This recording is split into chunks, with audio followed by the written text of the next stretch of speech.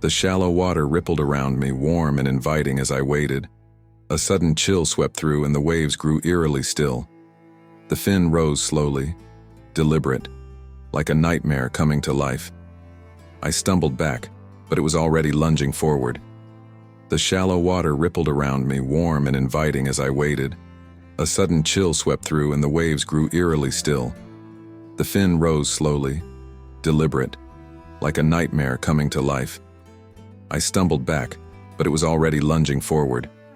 Hello everyone, welcome to the channel. Before we start with today's shark attack story, I want to ask for your support by subscribing to the channel. Your subscription is very important to us, so please subscribe and leave a comment letting me know where in the world you are watching from. Click the like button, and let's get into the story.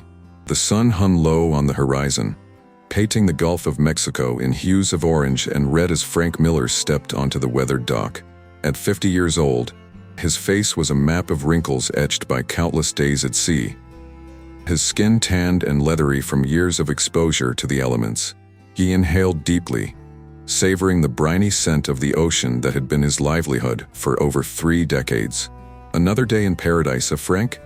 called out Mike Johnson, Frank's longtime friend and crewmate, as he lugged a cooler filled with ice and bait onto their fishing boat, the Sea Breeze.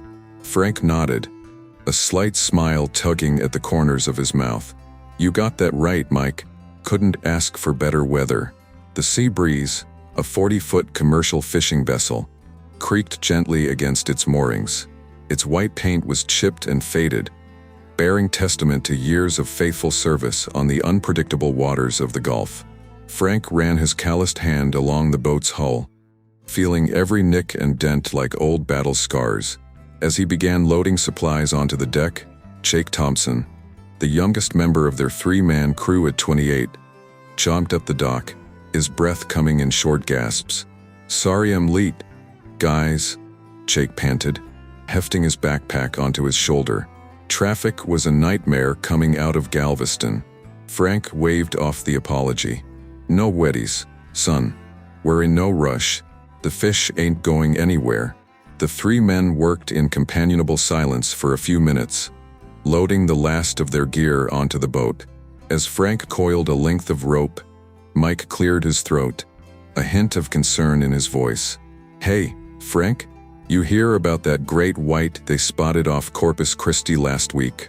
Frank paused, his weathered brow furrowing. "Yeah, I caught wind of that. Bull shark too, if I'm not mistaken. Why? You getting cold feet on me, Mike?" Mike shook his head quickly. "Nah, nothing like that. Just think we ought to be extra careful, that's all. Maybe stick closer to shore this time." Jake, overhearing the conversation, chimed in. "I thought great whites preferred colder waters. What's one doing down here?" Frank shrugged, resuming his work with the rope. "Oceans changing, Jake. Water temperatures rising, fish populations shifting. Brings all sorts of visitors to our neck of the woods." He fixed Mike with a steady gaze. "But we've been fishing these waters for years without incident. No need to change our plans now." Mike nodded, though the worry didn't quite leave his eyes. "You're the captain, Frank. I trust your judgment." With the boat loaded and ready, Frank took his place at the helm. The engine roared to life, a comforting rumble that vibrated through the deck. As they pulled away from the dock, the first rays of sunlight began to peek over the horizon, promising a beautiful day ahead. The Sea Breeze cut through the calm waters of the Gulf, leaving a white wake behind it.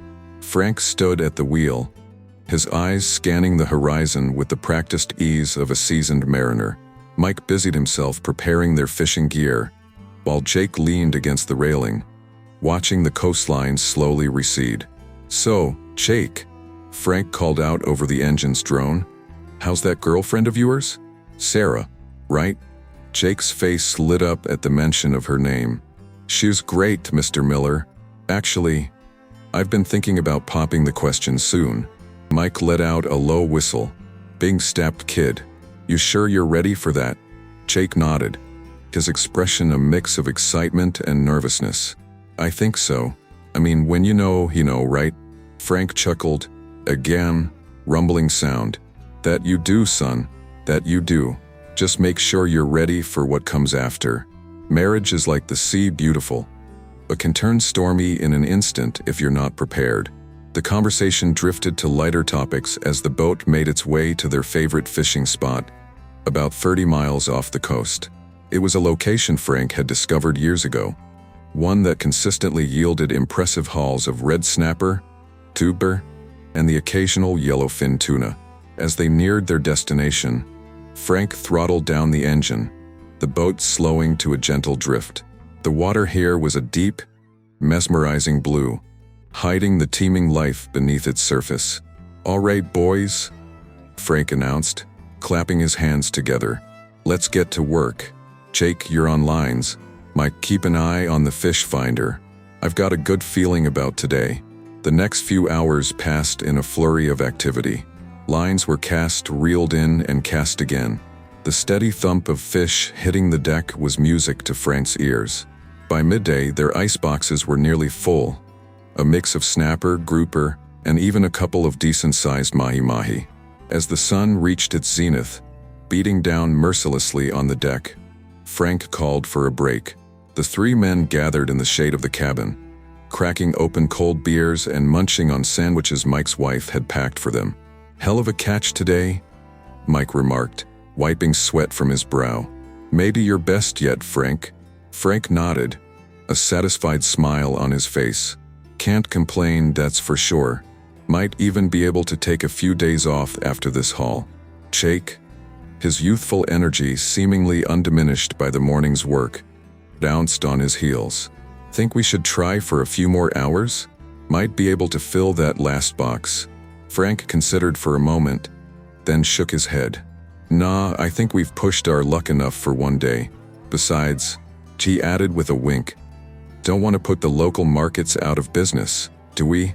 As they laughed and finished their lunch, Frank's eyes drifted to the horizon. A bank of dark clouds was forming in the distance, barely visible but growing larger by the minute. "Looks like we might have some weather coming in," he mused, more to himself than the others. "Might be best to start heading back soon." Mike followed his gaze, frowning slightly. "Want me to radio in? Check the forecast?" Frank waved him off. "No need. We've got plenty of time before that reaches us. But let's get these fish cleaned and packed away before we head back.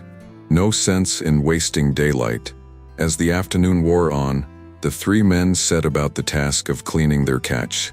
Frank stood at the stern, a sharp filleting knife in his hand, expertly gutting and cleaning each fish with practiced efficiency. Blood and viscera spilled over the side, disappearing into the dark waters below.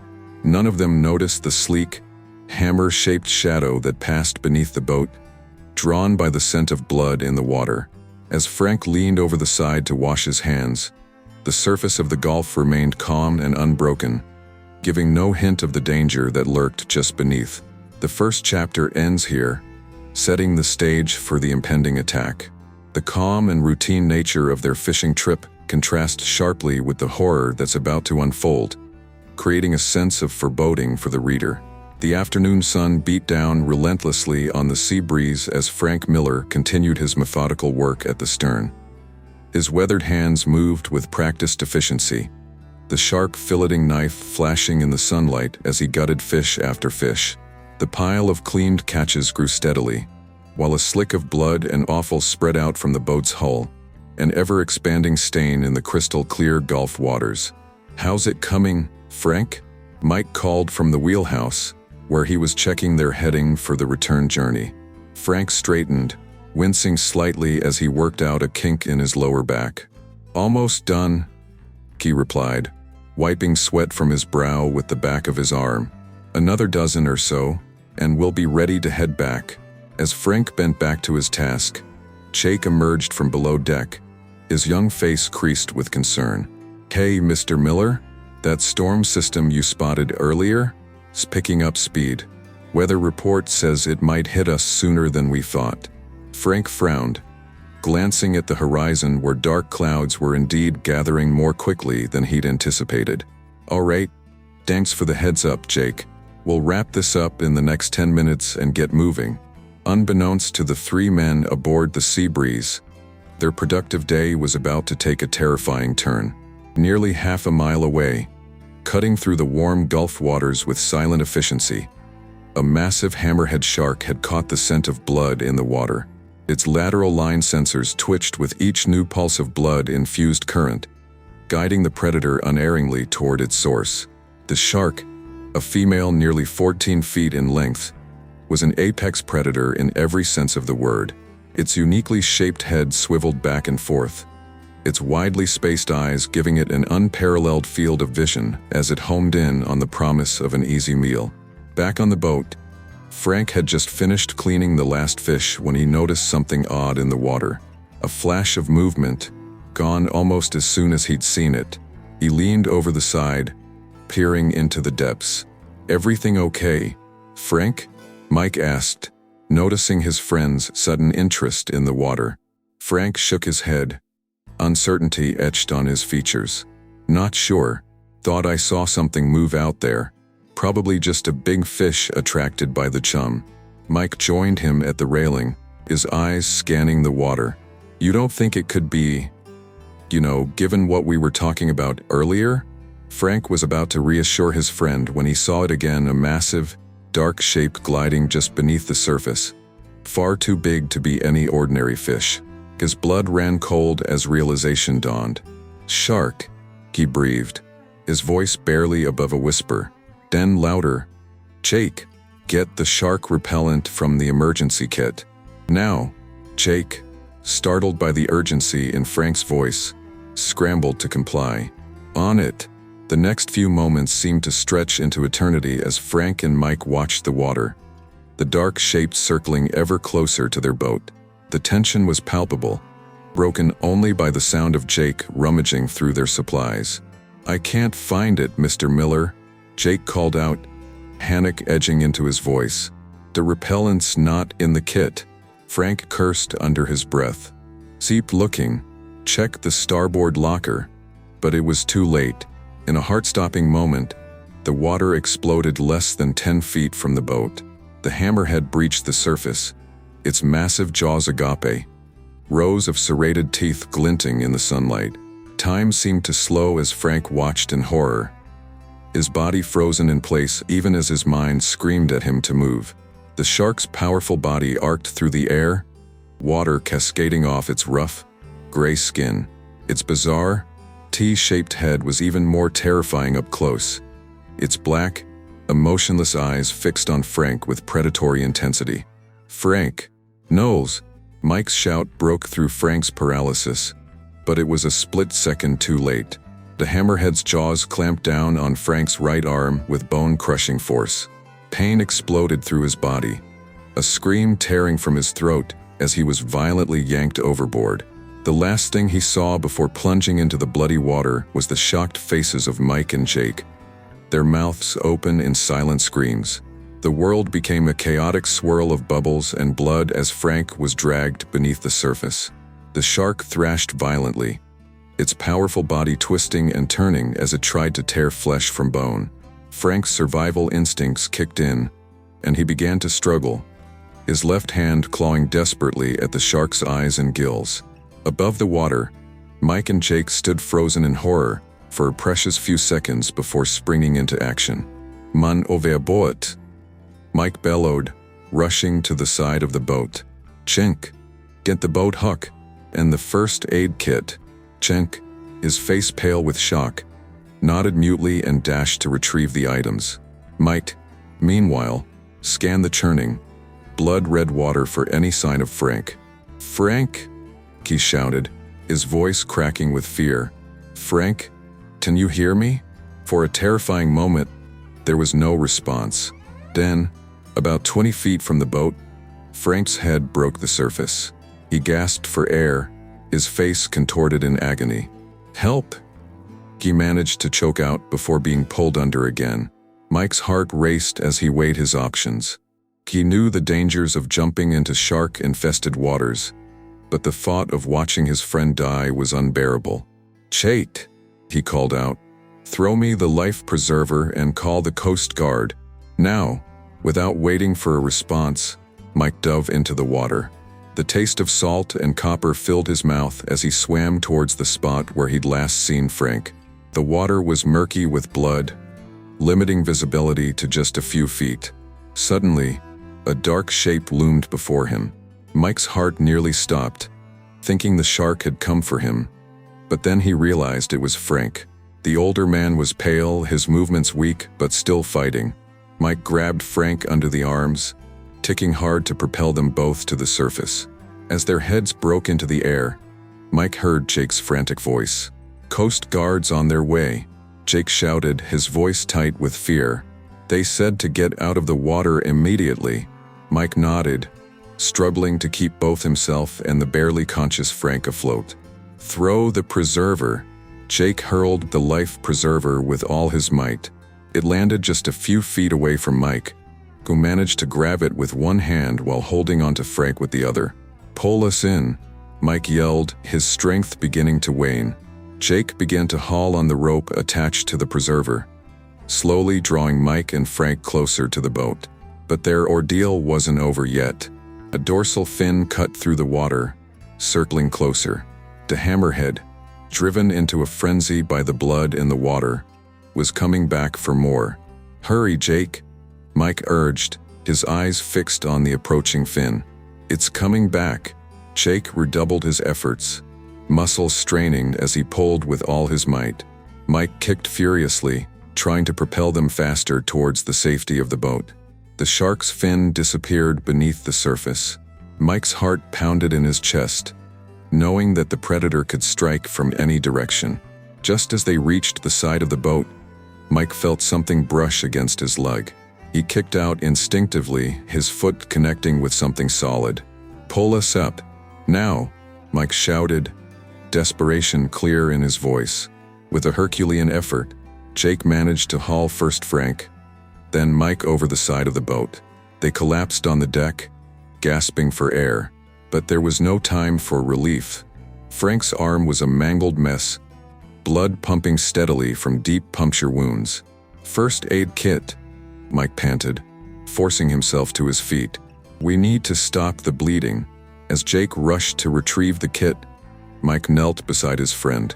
Frank's eyes were glazed with pain and shock, his breath coming in short, ragged gasps.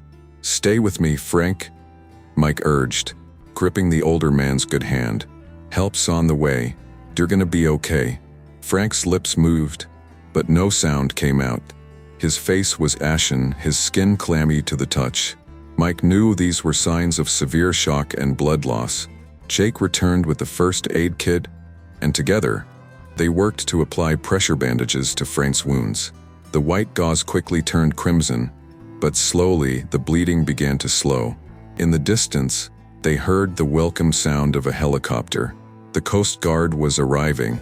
As they waited for rescue, Mike and Jake kept a wary eye on the water.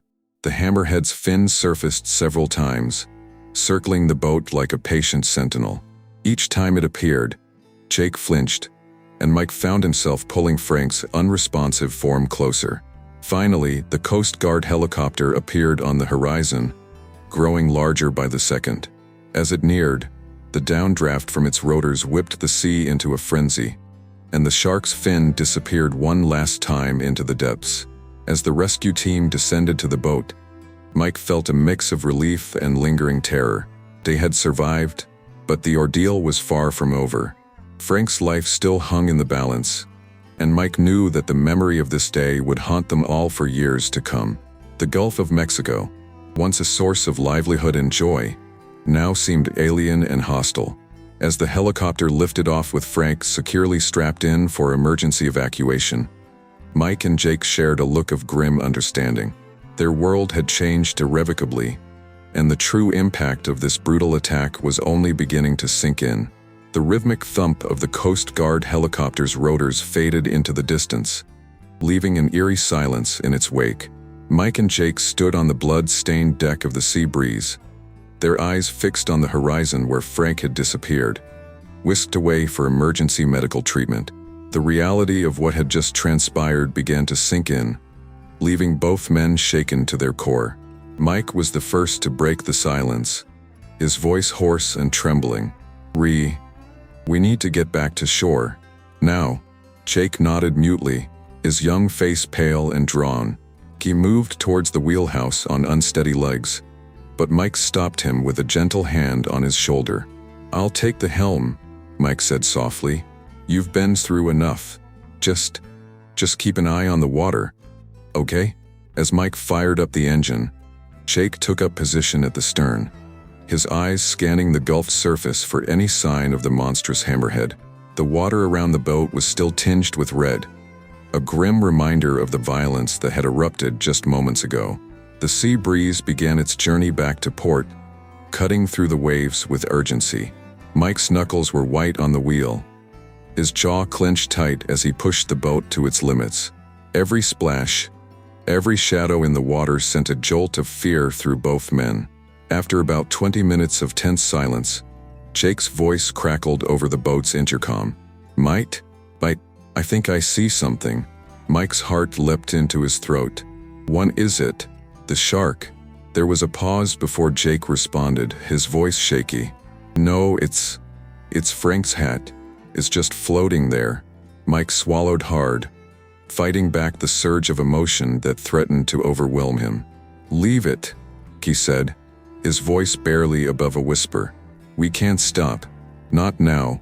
As they continued their journey, the adrenaline that had been coursing through their veins began to ebb, leaving both men exhausted and numb.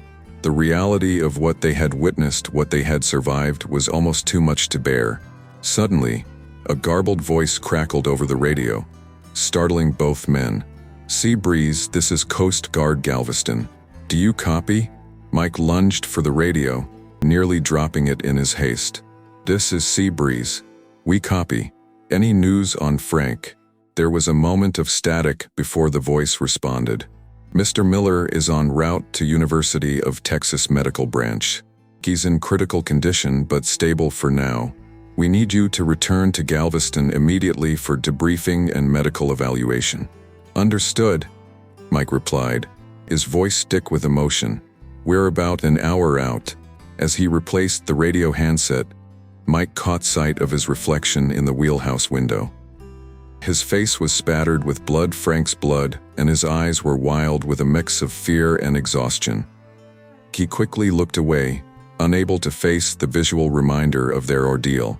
Jake appeared in the doorway, his young face etched with worry. "How's Mr. Miller?" Mike relayed the Coast Guard's message, watching as relief and renewed anxiety battled across Jake's features. "He's tough, Jake," Mike added, trying to sound more confident than he felt. "If anyone can pull through this, it's Frank." The remainder of their journey passed in a haze of nervous tension. Both men jumped at every unexpected sound, their nerves frayed to the breaking point. As the familiar skyline of Galveston came into view, Mike felt a wave of relief wash over him, quickly followed by a crushing sense of guilt. They were safe, but at what cost? As they approached the marina, they saw a flurry of activity on the dock. Coast Guard personnel, local police, and what looked like wildlife officials were all gathered, waiting for their arrival. Mike guided the Sea Breeze into its berth with mechanical precision, his mind elsewhere. The moment the boat was secured, they were swarmed by officials. Questions came at them from all directions, a cacophony of voices demanding answers neither man felt prepared to give. "One at a time, please," Mike said, his voice carrying an edge of steel that silenced the crowd. "We've just been through hell, and we need a moment to breathe." A Coast Guard officer stepped forward, her face softening with understanding. "Of course, Mr. Johnson. We'll need your full statements, but first, let's get you both checked out by the medical team." As paramedics began examining them for injuries, a man in a Texas Parks and Wildlife Department uniform approached. "I'm Ranger Martinez," he introduced himself. "I know this is difficult, but I need to ask you both some questions about the shark." Mike nodded wearily, wincing as a paramedic cleaned a cut on his arm he hadn't even noticed. "What do you need to know?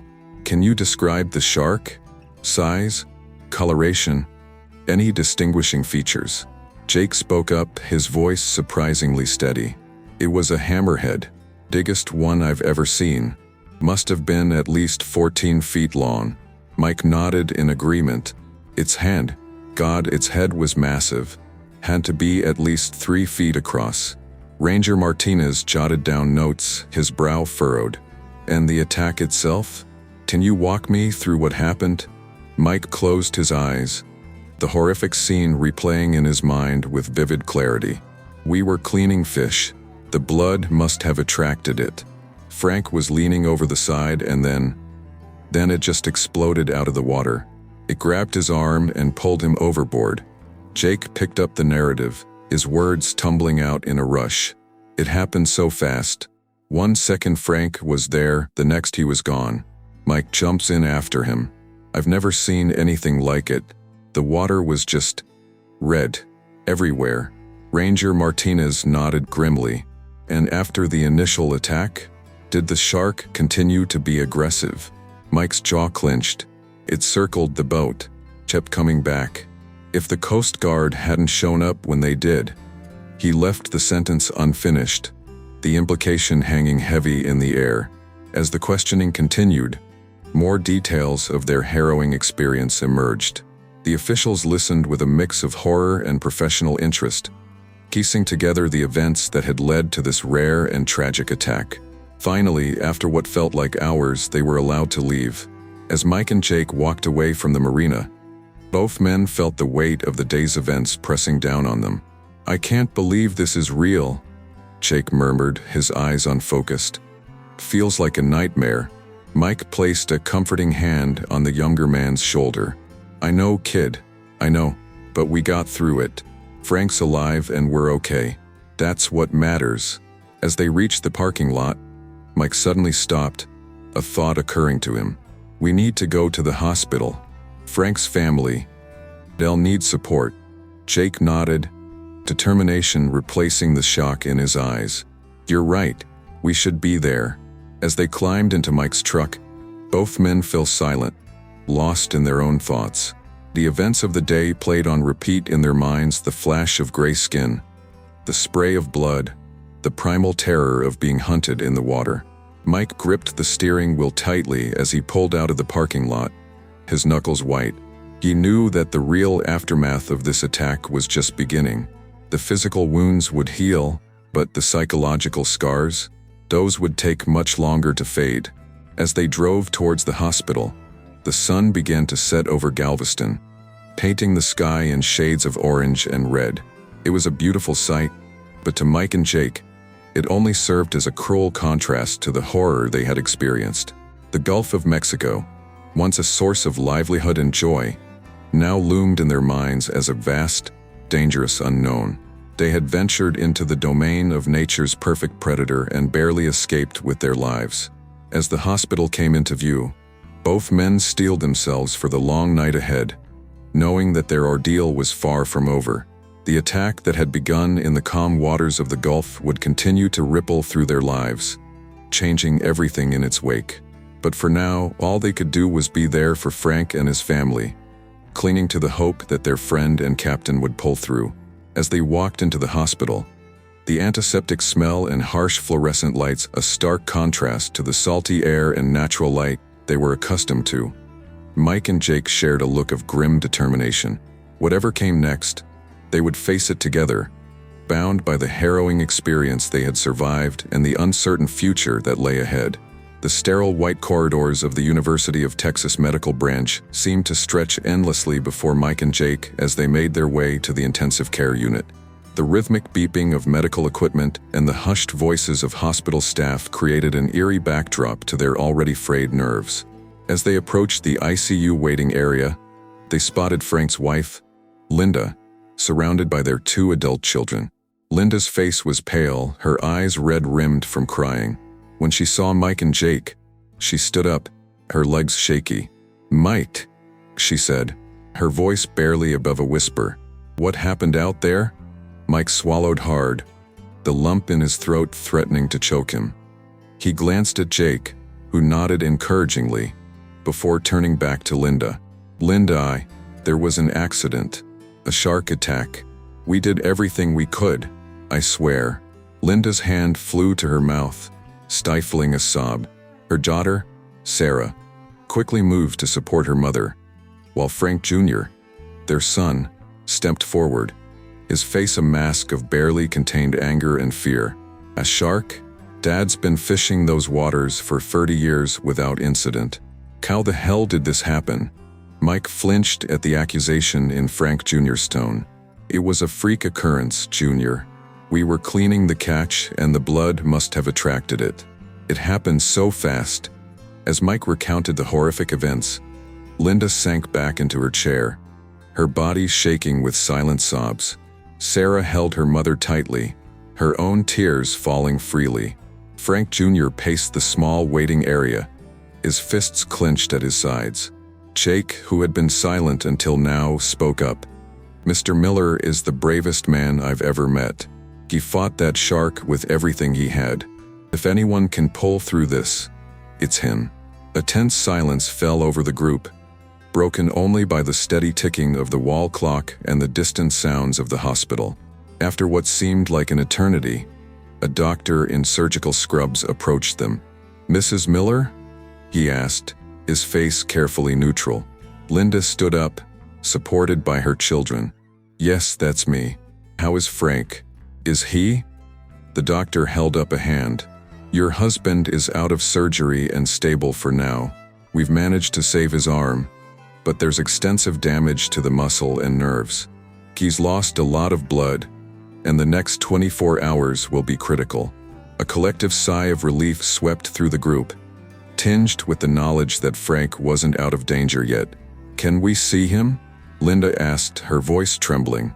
The doctor nodded. Briefly. "He's heavily sedated, but familiar voices might help. 2 at a time, please." As Linda and Sarah followed the doctor, Frank Jr. turned to Mike and Jake, his earlier anger replaced by a look of exhaustion and gratitude. "Thank you," he said quietly, "for bringing Dad back, for being here." Mike clasped the younger man's shoulder. "Your father's like a brother to me, Junior. We're family. We'll get through this together." As the night wore on, they took turns sitting with Frank. The sight of their strong, vibrant friend and father lying unconscious, his body a patchwork of bandages and tubes, was almost too much to bear. During one of their breaks from the ICU, Mike found Jake sitting alone in the hospital's small chapel, his head bowed. "You okay, kid?" Mike asked softly, sliding into the pew next to him. Jake looked up, his young face edged with a weariness that seemed beyond his years. "I keep seeing it, Mike. Every time I close my eyes, I see that shark coming out of the water. Hear Mr. Miller's scream. I don't know if I can ever go back out there." Mike sighed heavily, understanding all too well the trauma that Jake was experiencing. "I know, Jake. I see it too. But listen to me, what happened out there. It's not something you see every day. It's not something you're likely to ever see again." "But how can you be sure?" Jake asked, his voice cracking. "How can we ever feel safe out there again?" Mike was silent for a moment, carefully considering his words. "We can't be sure, Jake. The sea, she's always been unpredictable, dangerous, but she's also beautiful and generous. She's given us our livelihood, our passion. We respect her, fear her a little, but we don't let that fear control us." Jake nodded slowly, absorbing Mike's words. "Do you think Mr. Miller will ever want to go back out?" The question hung in the air, heavy with implications. Mike rubbed his face, suddenly feeling every one of his 55 years. "I don't know, Jake. That's a decision Frank will have to make for himself when he recovers. But whatever he decides, we'll support him. That's what family does." As dawn broke over Galveston, painting the sky in soft pinks and golds, Frank showed the first signs of regaining consciousness. The family gathered around his bed, hope warring with fear as they waited for him to fully awaken. Frank's eyes fluttered open, unfocused at first, then slowly sharpening as he took in his surroundings. His gaze settled on Linda, and he tried to speak, his voice a harsh whisper. Linda." "I'm here, honey," Linda said, gently squeezing his uninjured hand. You are in the hospital. You're safe now." Frank's brow furrowed as memories of the attack came flooding back. His eyes widened in panic, and he tried to sit up, only to fall back with a groan of pain. "Easy, Dad," Frank Jr. said, placing a gentle hand on his father's shoulder. "You need to stay still. You've been through a lot." Frank's eyes darted around the room, taking in the faces of his family, then settling on Mike and Jake. "You jumped in after me," he said to Mike, his voice filled with wonder and gratitude. Mike stepped forward, his eyes glistening with unshed tears. "Course I did, you old fool. Couldn't let you have all the excitement, could I?" A ghost of a smile flickered across Frank's face, quickly replaced by a grimace of pain. The doctor, who had been observing from the doorway, stepped in. "Mr. Miller, I know you have a lot of questions, but right now you need to rest. Your body has been through a tremendous ordeal." As the doctor checked Frank's vitals and adjusted his medication, the reality of the long recovery ahead began to sink in for everyone in the room. The initial relief of Frank's survival was tempered by the knowledge that their lives had been irrevocably changed. Later that day, as Frank drifted in and out of consciousness, Mike found himself standing at the window of the ICU, looking out over the Gulf. From this distance, the water looked calm and inviting, betraying nothing of the dangers that lurked beneath its surface. Jake joined him, his young face solemn. "The Rangers called while you were with Mr. Miller. They want us to come in tomorrow to give formal statements." Mike nodded, his eyes still fixed on the distant horizon. "They'll want to know everything, every detail. There won't be easy, Jake." "I know," Jake replied, his voice steady. "But we owe it to Mr. Miller, to everyone who makes their living out there. If telling our story can help prevent this from happening to someone else." Mike turned to look at Jake, seeing not the green rookie who had joined their crew just a year ago, but a man who had been forged in the crucible of a harrowing experience. "You're right," Mike said, clapping Jake on the shoulder. "We'll tell our story, and then we'll figure out where we go from here." As the sun began to set, casting long shadows across the hospital room, Mike and Jake prepared to leave. They had given their contact information to Linda and promised to return the next day after their meeting with the Rangers. Before they left, Mike approached Frank's bedside one last time. The older man was awake, his eyes clearer than they had been earlier. "We'll be back tomorrow, Frank," Mike said softly. "You just focus on getting better. You hear me?" Frank nodded weakly, then spoke, his voice rough but determined. "Mike, the sea breeze. Don't let her sit idle. She needs to be out there." Mike felt a lump form in his throat. Even now, lying in a hospital bed, Frank's thoughts were with his beloved boat and the life they had built around it. "Don't you worry about that, old friend," Mike assured him. "We'll take care of everything. You just take care of yourself." As Mike and Jake walked out of the hospital into the warm Galveston evening, they were acutely aware that they were stepping into a new chapter of their lives. The attack had shaken them to their core, forcing them to confront the raw power and unpredictability of the natural world they thought they knew so well. But as they looked out over the Gulf, its waters now painted in the fiery hues of sunset, they felt a glimmer of the old pull, the call of the sea that had defined their lives for so long. The road ahead would be long and uncertain, but they would face it together, bound by the ties of friendship, shared experience, and the indomitable spirit of those who make their living from the sea. The harsh fluorescent lights of the Texas Parks and Wildlife Department office buzzed overhead as Mike and Jake sat side by side, their hands wrapped around lukewarm cups of coffee. The clock on the wall tipped away, each second feeling like an eternity as they waited for Ranger Martinez to return. Mike's leg bounced nervously, a stark contrast to his usual steady demeanor.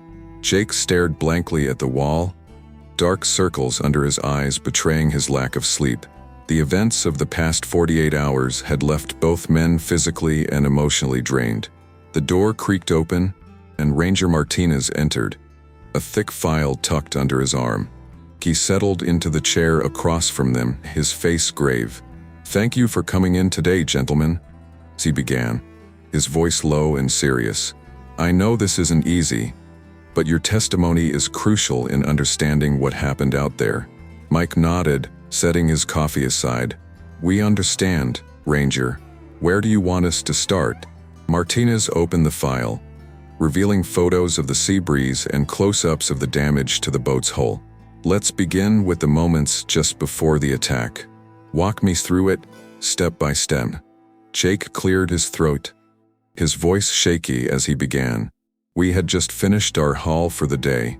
Mr. Miller was at the stern, cleaning the fish. I was below deck, checking our heading for the return journey." Mike picked up the narrative, his eyes unfocused as he recalled the horrific scene. "I was in the wheelhouse when I heard Frank yell. By the time I got to the deck, it was already too late.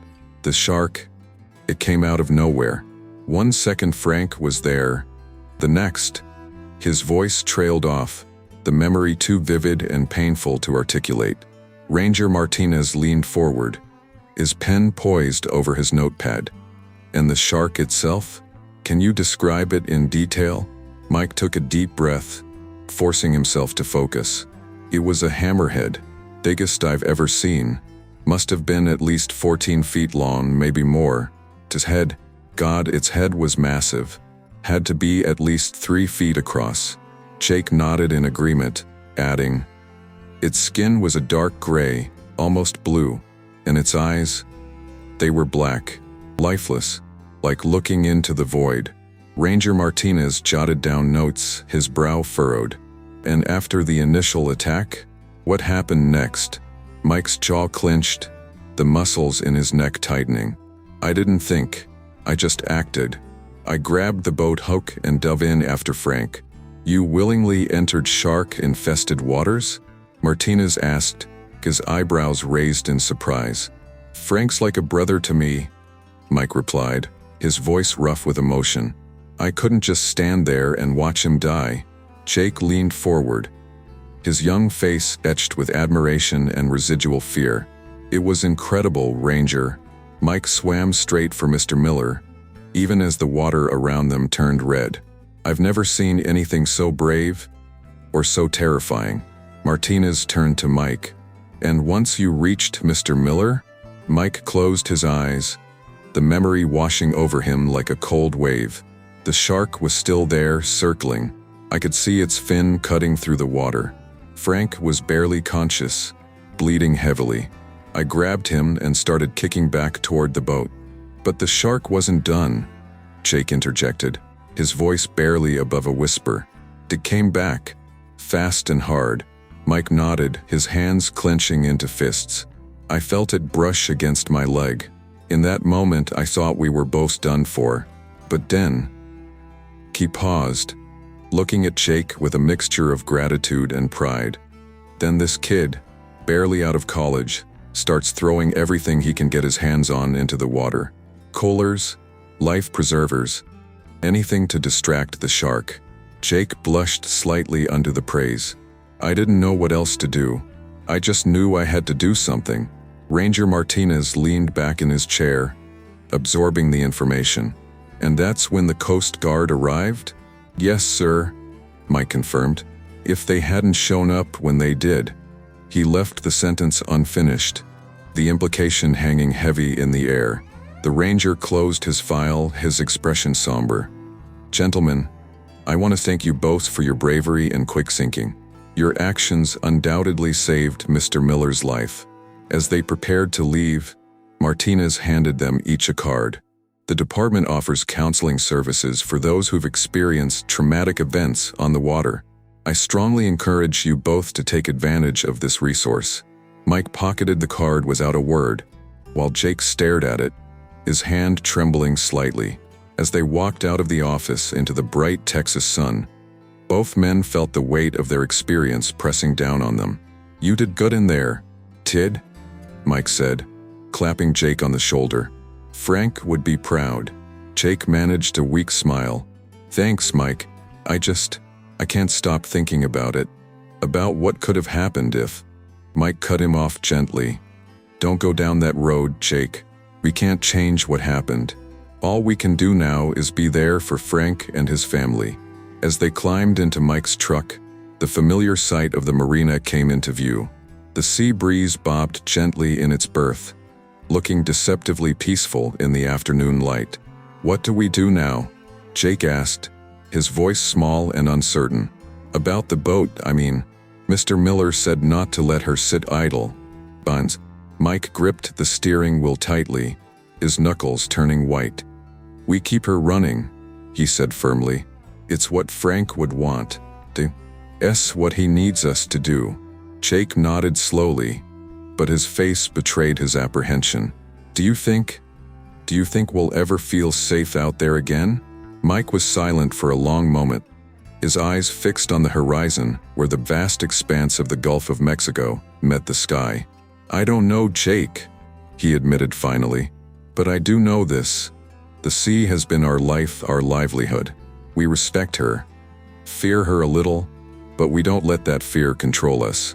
Frank taught me that, and now I'm telling you." As they pulled into the hospital parking lot, Mike turned to Jake, his expression serious. "Whatever happens next, whatever Frank decides when he's well enough, we face it together. You understand?" Jake met Mike's gaze, a flicker of his old determination returning to his eyes. "Together," he agreed. They made their way through the now familiar hospital corridors, the antiseptic smell and hushed voices a stark reminder of the gravity of their situation. As they approached Frank's room, they could hear voices inside, one weak but unmistakably Frank's, the other belonging to Linda. Mike knocked softly before entering, Jake close behind. Frank was propped up in bed, his face pale but his eyes alert. Linda sat beside him, her hand gently clasping his uninjured one. "There they are," Frank said, his voice raspy but warm. "My heroes." Mike felt a lump form in his throat. "How are you feeling, old man?" Frank managed a weak chuckle that turned into a grimace of pain. "Like I picked a fight with a wood chipper and lost. But I'm alive, thanks to you too." Jake stepped forward, his eyes bright with unshed tears. "Mr. Miller, we were so worried." Frank's expression softened as he looked at the young man.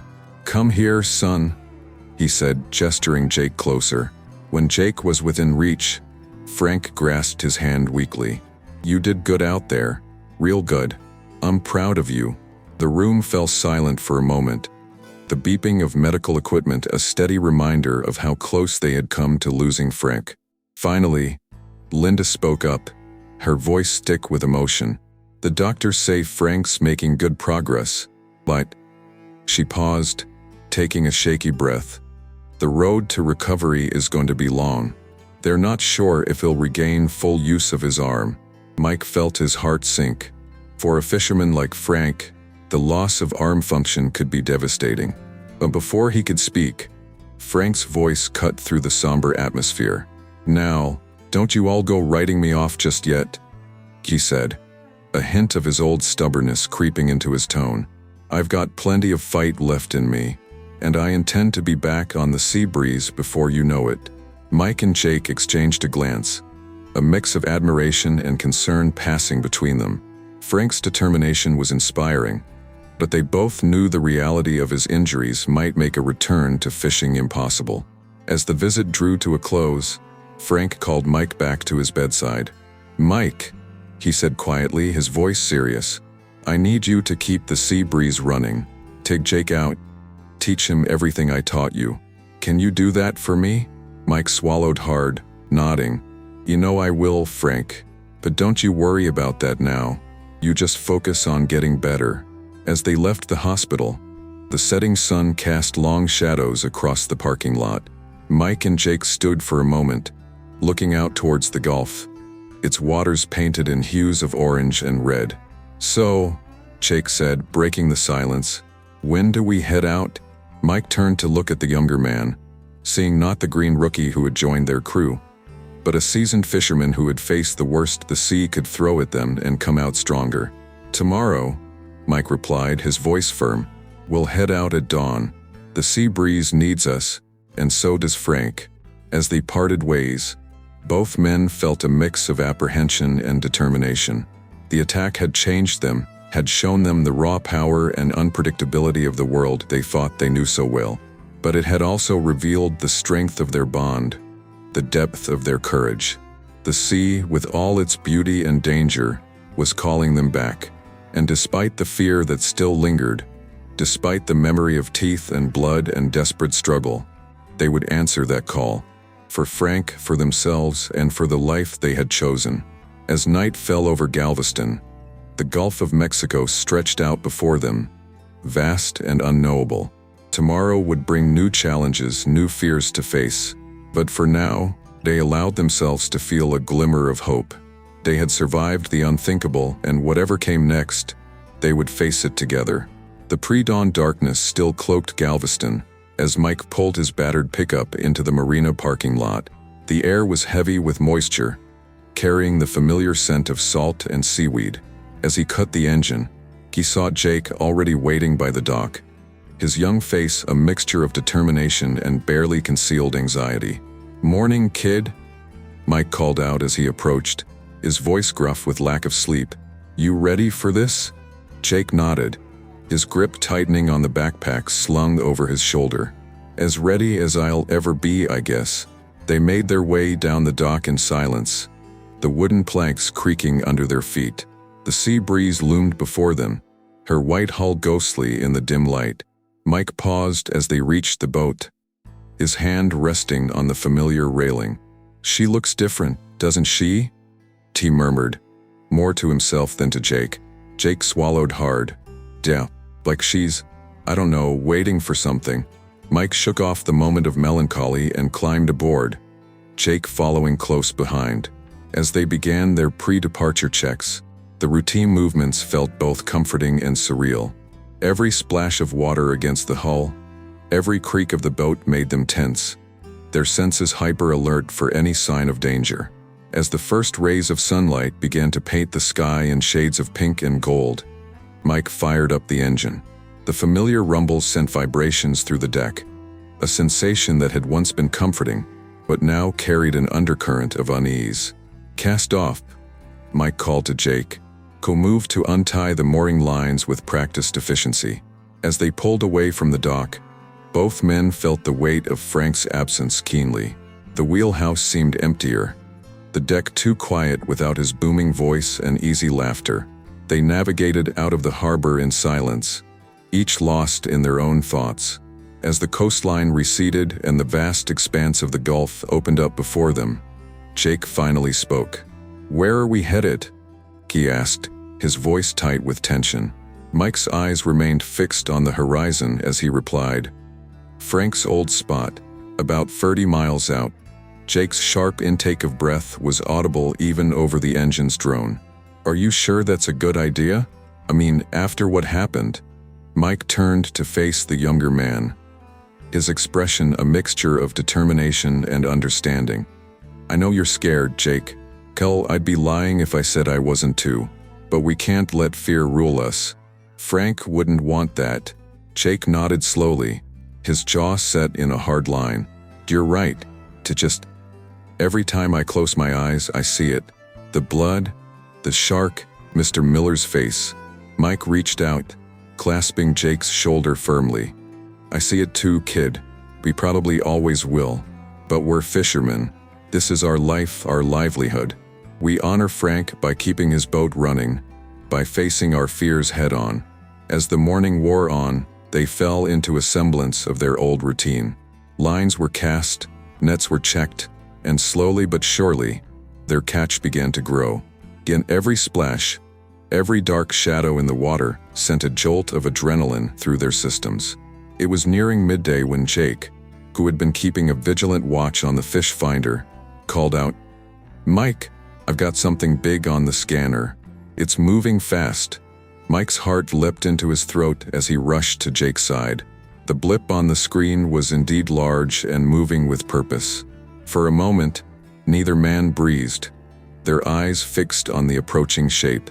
Then, suddenly, a pod of dolphins burst from the waves beside the boat, their sleek bodies glistening in the sunlight. The tension broke, and both men let out shaky laughs of relief. "Guess we're still a bit jumpy," Mike said, running a hand through his graying hair. Jake managed a weak smile. Yeah, just a bit. As the afternoon wore on, the sky began to darken ominously.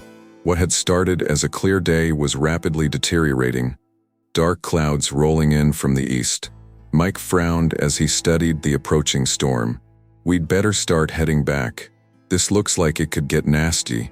They began to haul in their lines, working with the efficient teamwork born of long practice. But as Jake was pulling in the last net, he suddenly lost his footing on the slick deck. Time seemed to slow as he teetered on the edge, his eyes wide with panic. "Jake!" Mike shouted, lunging forward. But he was too late. Jake toppled over the side, hitting the water with a splash that seemed deafening in the tense atmosphere. Without hesitation, Mike grabbed a life preserver and dove in after him. The water was shockingly cold, the waves already choppy from the approaching storm.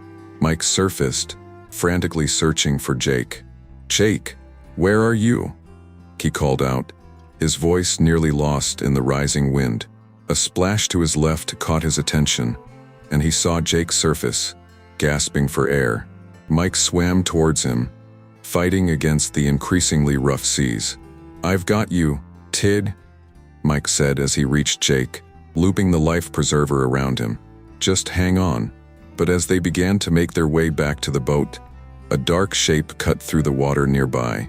Mike's blood ran cold as he recognized the telltale dorsal fin of a shark. "Oh God," Jake whimpered, his eyes fixed on the approaching predator. "Not again. Please, not again." Mike's mind raced, years of experience warring with primal fear. "Stay calm," he instructed, trying to keep his own voice steady. "We're going to slowly make our way to the boat. No sudden movements." The shark circled closer, its fins slicing through the waves with terrifying grace. Mike could feel Jake trembling beside him, the younger man's breath coming in short, panicked gasps. "Look at me, Jake," Mike said firmly, forcing the younger man to meet his gaze. "We're going to get through this, together, just like we did for Frank. You hear me?" Jake nodded, his eyes wide with fear, but showing a glimmer of the determination that had saved Frank's life just days before. Slowly, agonizingly, they made their way towards the sea breeze. The shark continued to circle, sometimes disappearing beneath the waves only to reappear heart-stoppingly close. As they neared the boat, the skies opened up, rain lashing down in sheets. The wind howled, whipping the seas into a frenzy. Through the curtain of rain, Mike could just make out the ladder hanging off the side of the boat. "We're almost there," he encouraged Jake, who was beginning to falter, the cold and fear taking their toll. Just as they reached the ladder, the shark made its move. With lightning speed, it charged towards them, its massive jaws opening wide. "Climb," Mike shouted, practically throwing Jake at the ladder. Jake scrambled up, his movements fueled by pure adrenaline. Mike followed close behind, feeling the rush of water as the shark's jaws snapped shut mere inches from his feet. They collapsed on the deck, gasping for air, the rain pounding down around them. For several long moments, neither man moved, the reality of their narrow escape sinking in. Finally, Mike pushed himself up, extending a hand to Jake. "Come on, we need to get out of the storm." As they made their way to the wheelhouse, the full force of the tempest hit them. Waves crashed over the sides of the boat, the wind howling like a banshee. Mike took the helm, his experienced hands steady on the wheel despite the chaos around them. "Hold on tight," he called to Jake over the roar of the storm.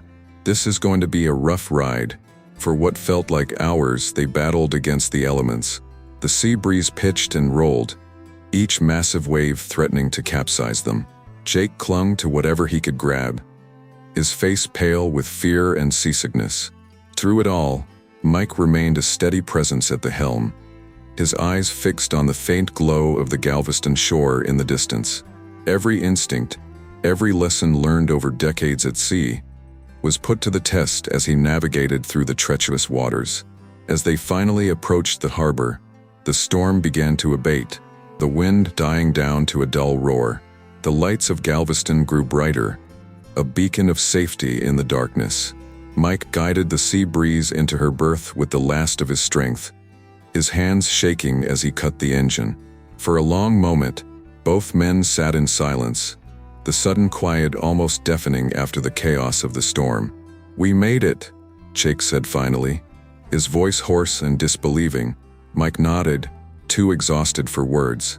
As they climbed off the boat on unsteady legs, the full weight of what they had just experienced hit them. Jake suddenly turned to Mike, his eyes brimming with unshed tears. "I don't know if I can do this anymore, Mike. The shark, the storm, it's too much." Mike felt a deep ache in his chest, understanding all too well the fear and doubt that plagued the younger man. He thought of Frank, lying in a hospital bed, his future as a fisherman uncertain. He thought of the sea breeze, battered but unbroken, a testament to the resilience of those who made their living from the sea. "Listen to me, Jake," he said, his voice low and intense. "What we do, it's not just a job, it's a calling. The sea, she's harsh and unforgiving, but she's also beautiful and generous. We've seen her at her worst these past few days, but we've also seen her at her best." Jake listened, his expression a mixture of fear and longing. Mike continued, "I can't tell you what to do. This life, it's not for everyone. But I can tell you this. There's nothing quite like the feeling of being out there. Just you and the horizon. The peace, the freedom. It's something special." He paused, looking out over the dark waters of the Gulf. "We faced our fears today, Jake. We stared death in the face and came out the other side. That counts for something." Jake was quiet for a long moment, his gaze following Mike's out to sea. Finally, he spoke, his voice barely above a whisper. "I'm scared, Mike, but I'm not ready to give up. Not yet." Mike felt a surge of pride for the young man standing beside him. "That's all anyone can ask, kid. We take it one day at a time. For Frank, for ourselves, and for the life we've chosen." As they made their way off the dock, both men felt the weight of the day's events pressing down on them. They were exhausted, battered, and shaken to their core. But they were alive, and they had faced their fears head-on. The Gulf of Mexico stretched out before them, vast and unknowable in the darkness. Tomorrow would bring new challenges, new fears to face. But for now, they allowed themselves to feel a glimmer of hope. They had survived the unthinkable not once but twice, and whatever came next, they would face it together, bound by the ties of friendship, shared experience, and the indomitable spirit of those who make their living from the sea. As they parted ways in the parking lot, Mike called out to Jake one last time, "Get some rest, kid. We've got a lot of work to do tomorrow." Jake nodded, a small smile tugging at the corners of his mouth. "Aye, aye, Captain." And with that, they went their separate ways, each carrying the weight of their experiences but also the strength gained from surviving them. The sea had tested them, pushed them to their limits, but they had emerged stronger, more resilient. The journey ahead would be challenging, but they were ready to face it, one wave at a time. The harsh fluorescent lights of Galveston Memorial Hospital buzzed overhead as Mike and Jake made their way down the now familiar corridor to Frank's room. It had been a week since their harrowing experience at sea, and the weight of recent events hung heavy on both men's shoulders. As they approached Frank's room, they could hear muffled voices inside. Mike paused, his hand on the door handle, and turned to Jake. "You ready for this, kid?" he asked, his voice low. Jake nodded, though his pale face and dark circled eyes betrayed his exhaustion. "As ready as I'll ever be." They entered the room to find Frank propped up in bed, looking markedly better than he had during their last visit. His wife, Linda, sat beside him, her hand clasped tightly in his. Frank's face lit up as he saw his friends enter. "Well, look what the cat dragged in," Frank exclaimed, his voice stronger than it had been in days. "You two look like you've been through the ringer." Mike managed a wry smile as he approached the bed. "You could say that, old friend. How are you feeling?" Frank's expression sobered slightly. "Better every day." Thanks to the doctors here and Linda's tender, loving care. He squeezed his wife's hand affectionately. But enough about me. I hear you two had quite the adventure yesterday. Jake's eyes widened in surprise. You heard about that? Linda nodded, her face etched with concern. The Coast Guard called us. They said you were caught in that terrible storm. Mike sighed heavily, sinking into a chair by the bed. It was touch and go for a while there, he admitted, but the sea breeze held strong, just like her captain. Frank's eyes gleamed with pride at the mention of his beloved boat. That's my girl. Never let me down yet, has she? An uncomfortable silence fell over the room as the unspoken truth hung in the air. Frank's injuries were severe, and there was a very real possibility that he might never captain the Sea Breeze again. Jake, unable to bear the tension, blurted out, "Mr. Miller, I fell overboard during the storm." All eyes turned to the young man as he continued, his words tumbling out in a rush. There was a shark, just like before. Mike jumped in after me, and we barely made it back to the boat in time. I thought we were going to die. Frank's expression softened as he looked at Jake. Come here, son, he said gently. Jake approached the bed, his eyes brimming with unshed tears. Frank reached out with his good arm and grasped Jake's hand firmly. Listen to me, Frank said, his voice low and intense. What you've been through, what you're feeling right now, it's normal. The sea, she can be a cruel mistress, but you survived. You faced your fears and came out the other side.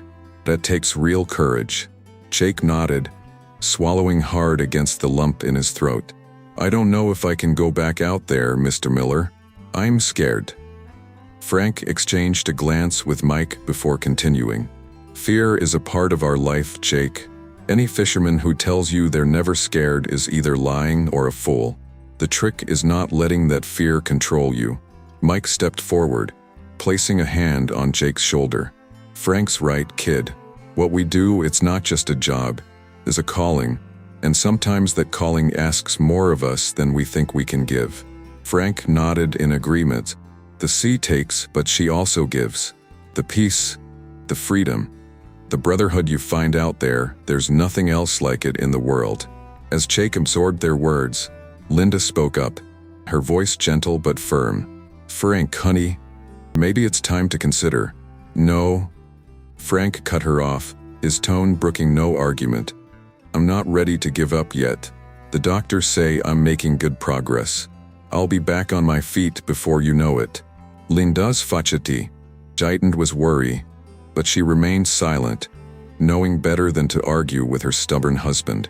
Mike cleared his throat, changing the subject. The Texas Parks and Wildlife Department called this morning. They want to interview us about the attack. All of us. Frank's eyebrows rose in surprise. What for? They're doing an investigation, Mike explained, trying to understand why the shark attacked. If there's anything that can be done to prevent it from happening again. Jake shifted uncomfortably. Do we have to? I mean, can't we just try to move on? Frank reached out, patting Jake's arm reassuringly. I know it's hard, son, but if telling our story can help prevent this from happening to someone else, don't we have a responsibility to do that? The room fell silent as each person contemplated Frank's words. Finally, Mike spoke up. Frank's right. We owe it to ourselves and to every other fisherman out there to share what we know. Jake nodded slowly, his expression a mixture of fear and determination. Okay, I'll do it. As the afternoon wore on, the conversation turned to lighter topics. Frank regaled them with stories from his early days as a fisherman, filling the room with laughter and momentarily lifting the heavy atmosphere. As visiting hours drew to a close, Mike and Jake prepared to leave. Frank called Mike back to his bedside, his expression serious. Mike, he said quietly, I need you to keep the Sea Breeze running. Take Jake out. Teach him everything I taught you. Can you do that for me? Mike swallowed hard, nodding. You know I will, Frank. But don't you worry about that now. You just focus on getting better. As they left the hospital, the setting sun cast long shadows across the parking lot. Mike and Jake stood for a moment, looking out towards the Gulf, its waters painted in hues of orange and red. "So," Jake said, breaking the silence, "what happens now?" Mike turned to look at the younger man, seeing not the green rookie who had joined their crew, but a seasoned fisherman who had faced the worst the sea could throw at them and come out stronger. "Now," Mike replied, his voice firm, "we keep going. We honor Frank by doing what he'd want us to do. We face our fears. We keep the sea breeze running, and we tell our story." Jake nodded, a flicker of his old determination returning to his eyes. Together, Mike clasped Jake's shoulder, a small smile tugging at the corners of his mouth. Together, as they parted ways, both men felt a mix of apprehension and resolve. The attack and the storm had changed them, had shown them the raw power and unpredictability of the world they thought they knew so well. But it had also revealed the strength of their bond, the depth of their courage. The sea, with all its beauty and danger, was calling them back. And despite the fear that still lingered, despite the memory of teeth and blood and desperate struggle, they would answer that call. For Frank, for themselves, and for the life they had chosen. As night fell over Galveston, the Gulf of Mexico stretched out before them, vast and unknowable. Tomorrow would bring new challenges, new fears to face. But for now, they allowed themselves to feel a glimmer of hope.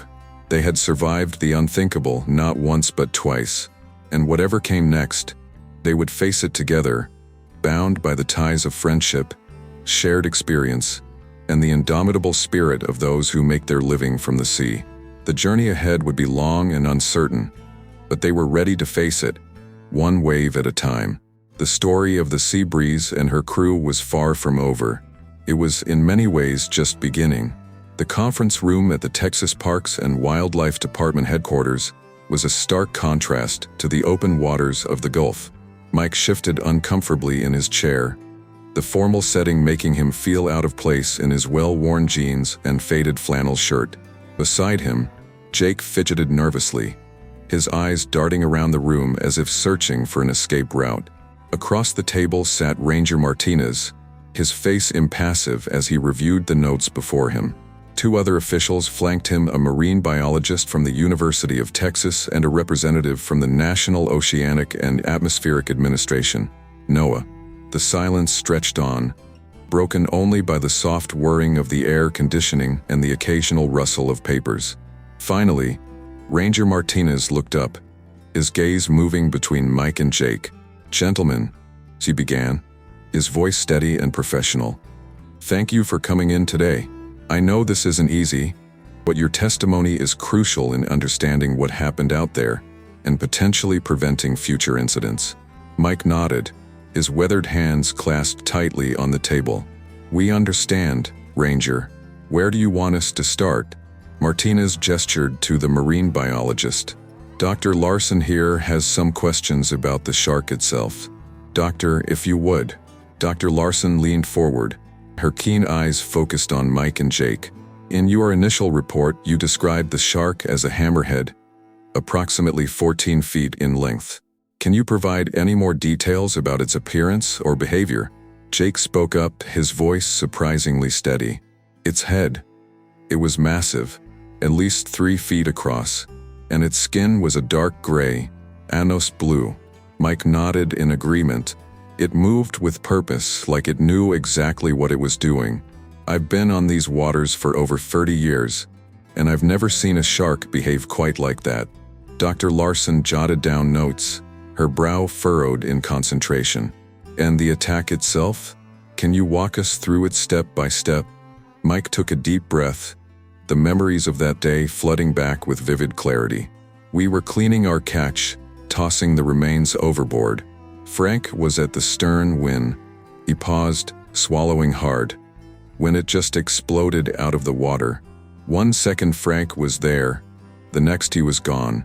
Jake picked up the narrative, his voice tight with suppressed emotion. "It happened so fast. The water was just red everywhere." Mike dove in after Mr. Miller without hesitation. The NOAA representative spoke up for the first time. "And you didn't see the shark approach?" No fin breaking the surface. Mike shook his head. Nothing. It was like it appeared out of thin air. Dr. Larson exchanged a glance with her colleagues before continuing. What you're describing is unusual behavior for a hammerhead shark. They typically feed on smaller fish, squid, and rays. An attack on a human, especially one of this ferocity, is extremely rare. Ranger Martinez leaned forward, his expression grave. Have there been any other unusual shark sightings or behaviors reported in the area? Mike and Jake exchanged a look before Mike spoke. Not that we've heard. Mike. He hesitated, unsure how to continue. But what? Martinez prompted. Jake took a deep breath. When we went back out, about a week after the attack, there was another incident. The room fell silent as all eyes turned to Jake. He recounted the events of that day, his fall overboard, the appearance of another shark, and their narrow escape.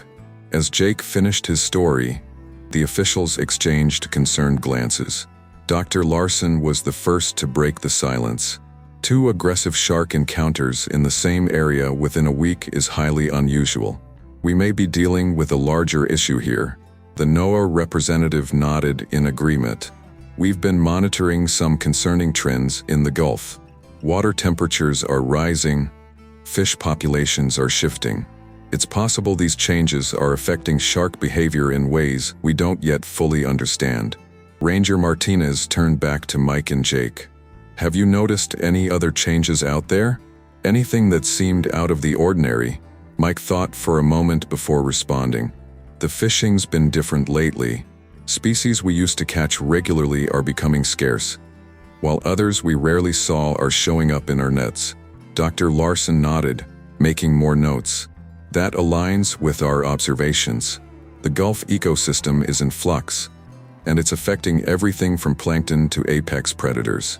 The questioning continued for another hour, with Mike and Jake recounting every detail they could remember about both shark encounters. As the session wound down, Ranger Martinez addressed them one final time. Gentlemen, I want to thank you again for your cooperation. Your testimony will be invaluable in our investigation and in developing new safety protocols for Gulf fishermen.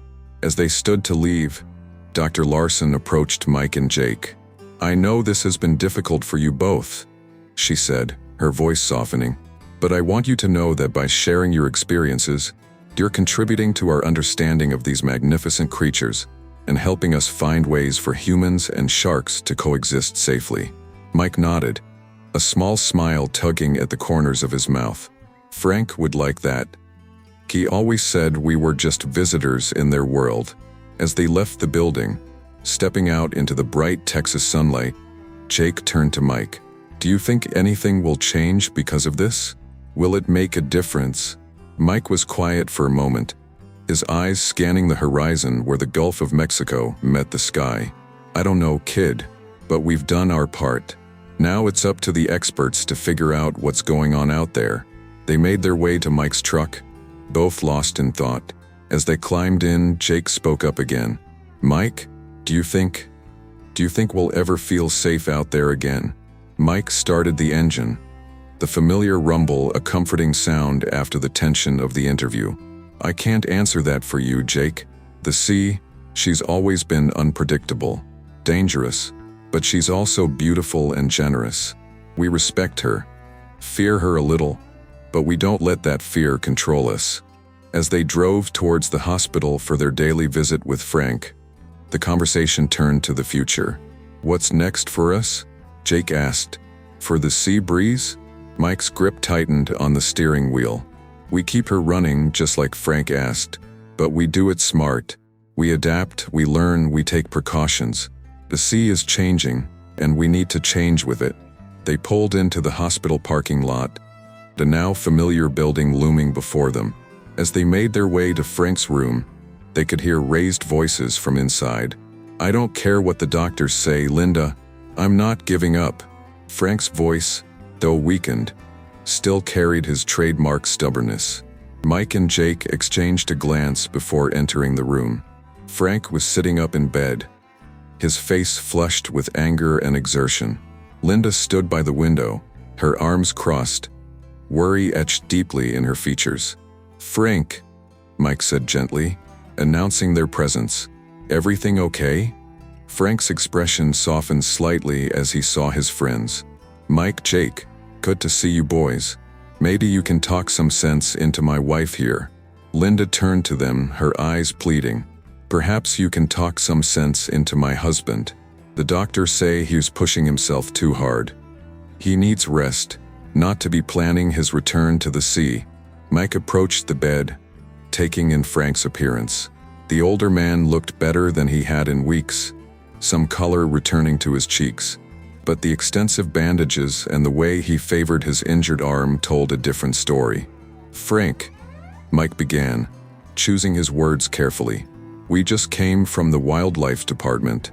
They're conducting a full investigation into what happened." Frank's eyes lit up with interest. "And? What did they say?" Jake stepped forward, filling Frank in on the details of their interview. As he spoke about the changing conditions in the Gulf, Frank's expression grew thoughtful. "Sounds like things are changing out there faster than we realized," Frank mused. "All the more reason for me to get back on my feet and out on the water." Linda made a sound of frustration. "Frank, please, be reasonable. You nearly died. Your arm may never fully recover. Is it worth risking your life again?" The room fell silent, the weight of Linda's words hanging heavy in the air. Mike looked at his old friend, seeing the struggle playing out behind his eyes. The call of the sea versus the love of his family. The life he knew versus an uncertain future.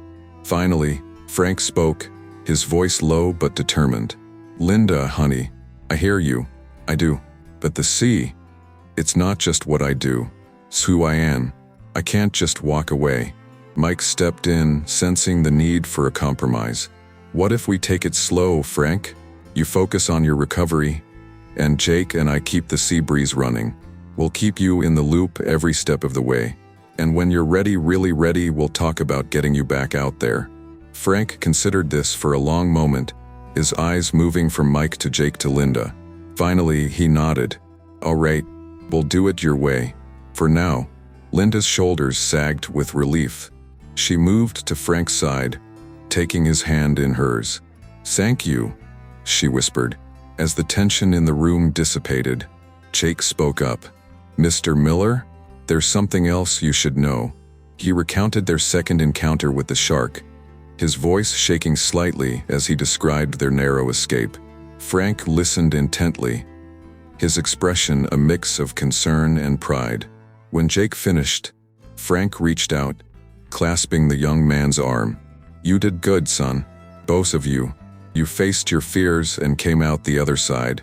That's what being a true fisherman is all about." As the afternoon wore on, the conversation turned to lighter topics. Frank regaled them with stories from his early days as a fisherman, filling the room with laughter and momentarily lifting the heavy atmosphere. As visiting hours drew to a close, Mike and Jake prepared to leave.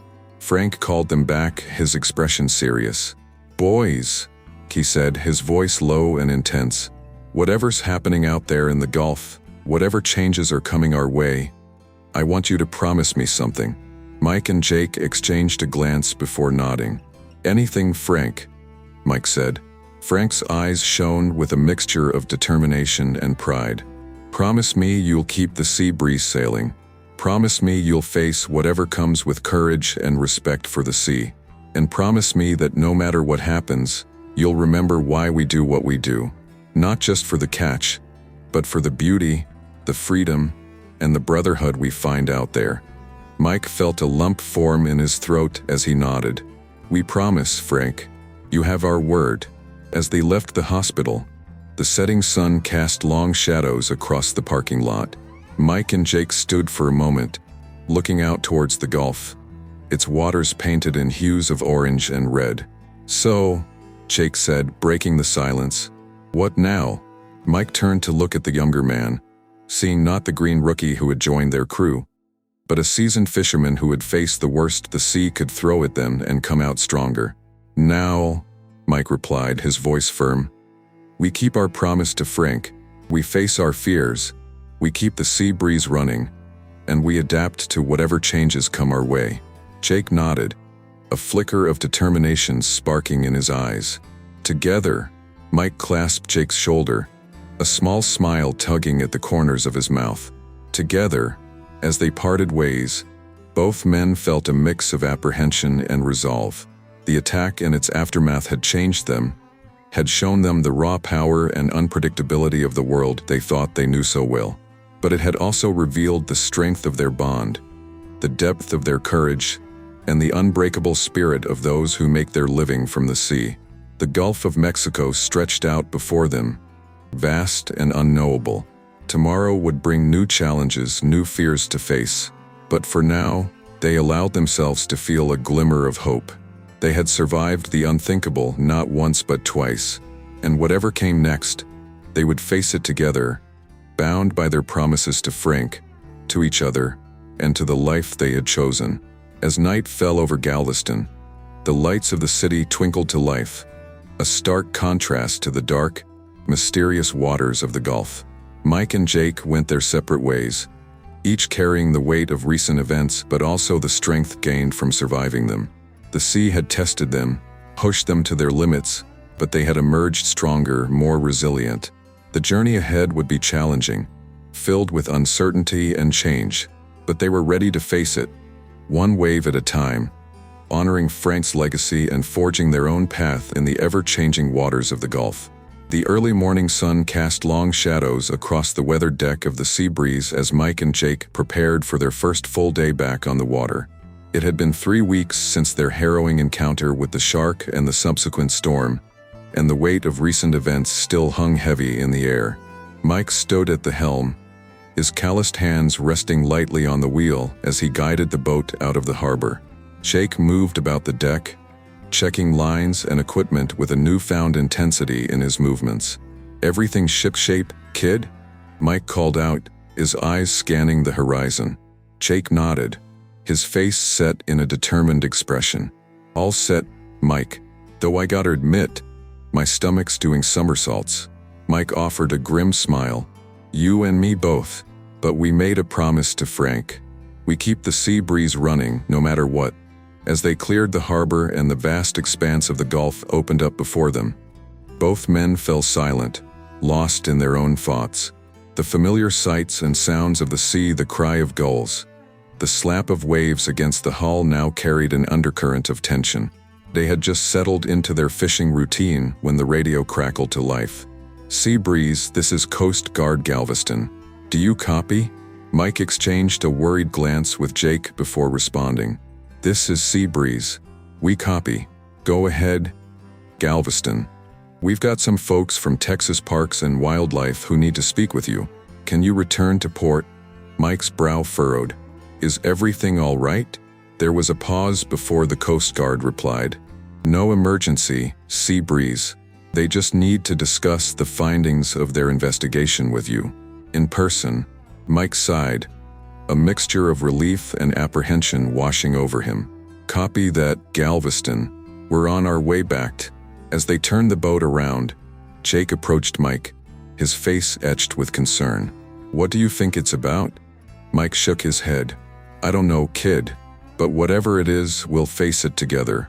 The journey back to port seemed to take an eternity, the anticipation building with each passing minute. As they docked the Sea Breeze, they could see a small group waiting for them on the pier. Ranger Martinez was there, along with Dr. Larson and a man they didn't recognize. "Mr. Johnson, Mr. Thompson." Ranger Martinez greeted them as they disembarked. "Thank you for coming back so quickly. This is Mr. Alvarez from NOAA. We have some information we need to share with you." They made their way to a small conference room in the harbor master's office. Once everyone was seated, Ranger Martinez opened a thick file folder.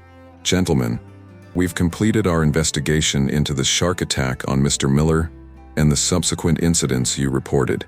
What we've found is concerning." Dr. Larson leaned forward, her expression grave. "The shark that attacked Mr. Miller was indeed a great hammerhead, but its behavior was highly unusual for the species. We believe this may be part of a larger pattern of ecosystem disruption in the Gulf." Mr. Alvarez nodded in agreement. We've been tracking significant changes in water temperature, and salinity levels throughout the region. These changes are affecting migration patterns, breeding grounds, and feeding behaviors of numerous species, including sharks. Mike felt a chill run down his spine. Are you saying this could happen again? Ranger Martinez sighed heavily. We can't rule out the possibility. That's why we're here. We need to implement new safety protocols for all commercial fishing operations in the Gulf. For the next hour, they discussed the proposed changes in enhanced communication systems, improved shark deterrent devices, and stricter regulations on fish cleaning and waste disposal at sea. Mike and Jake listened intently, asking questions and offering insights from their years of experience. As the meeting drew to a close, Dr. Larson addressed them directly. We understand these changes will be challenging to implement, but they're necessary for the safety of everyone who works these waters.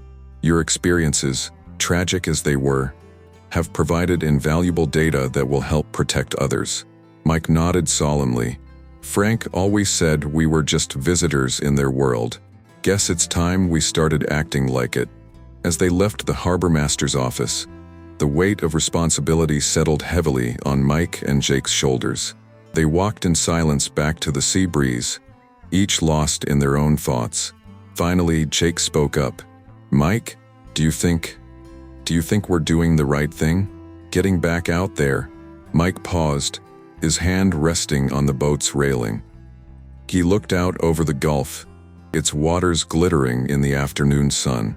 I don't know if there is a right thing, Jake, but I do know this: the sea is in our blood. It's who we are. We can't turn our backs on it, no matter how scary it gets. Jake nodded slowly, a flicker of determination sparking in his eyes. You're right. We owe it to Frank, to ourselves, and to every other fisherman out there to keep going, to adapt. As they prepared to cast off once more, Mike's phone rang. It was Linda, Frank's wife. Mike. Her voice was tight with emotion. Frank's awake. He is asking for you and Jake. Mike's heart leapt. We're on our way, Linda. Tell him to hang tight. They secured the Sea Breeze and rushed to the hospital, arriving just as visiting hours were beginning. As they entered Frank's room, they found him propped up in bed, looking pale but alert. There they are, Frank said, his voice weak but warm. My crew. Mike approached the bed, clasping Frank's good hand. How you feeling, old man? Frank managed to wry smile.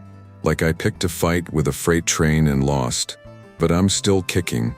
Jake hung back, his eyes wide as he took in the sight of his mentor. Frank noticed and beckoned him closer. Come here, son. Let me get a good look at you. As Jake approached, Frank's expression softened. I hear you boys have been keeping the Sea Breeze running. Then, she needs to be out there. Mike and Jake exchanged a glance before Mike spoke. Actually, Frank, there's something we need to tell you. Over the next half hour, they filled Frank in on the findings of the investigation and the new safety protocols being implemented. Frank listened intently, his expression a mixture of concern and determination. When they finished, Frank was quiet for a long moment. Then he spoke, his voice low but firm. The Gulf is changing, boys. We need to change with it. But we don't give up. We adapt, we learn, we keep going. Mike nodded, feeling a surge of pride for his old friend. That's the plan, Frank. We'll keep the Sea Breeze sailing, just like we promised. As the visit drew to a close, Frank called them back to his bedside.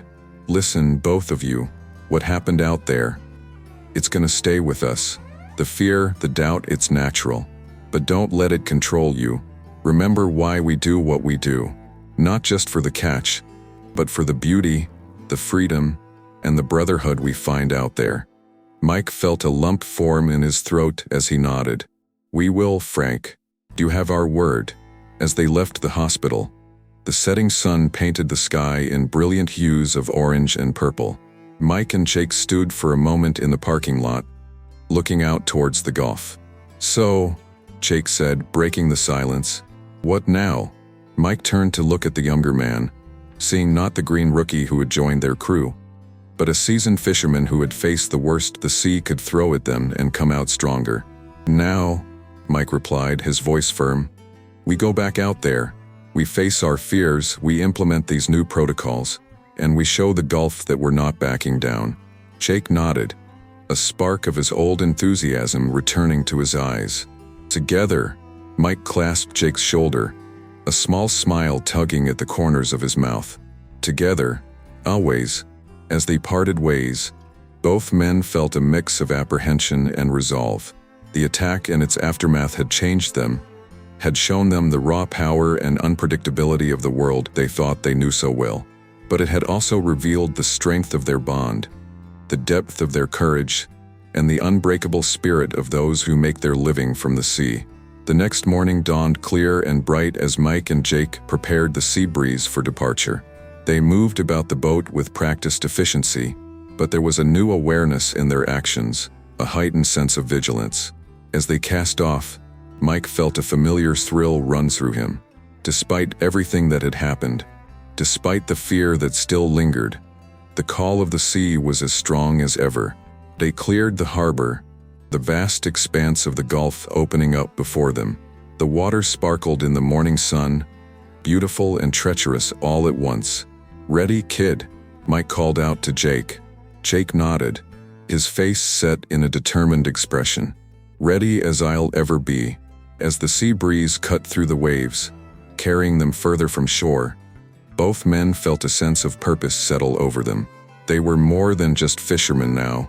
They were guardians of a changing ecosystem, pioneers in a new era of coexistence with the creatures of the deep.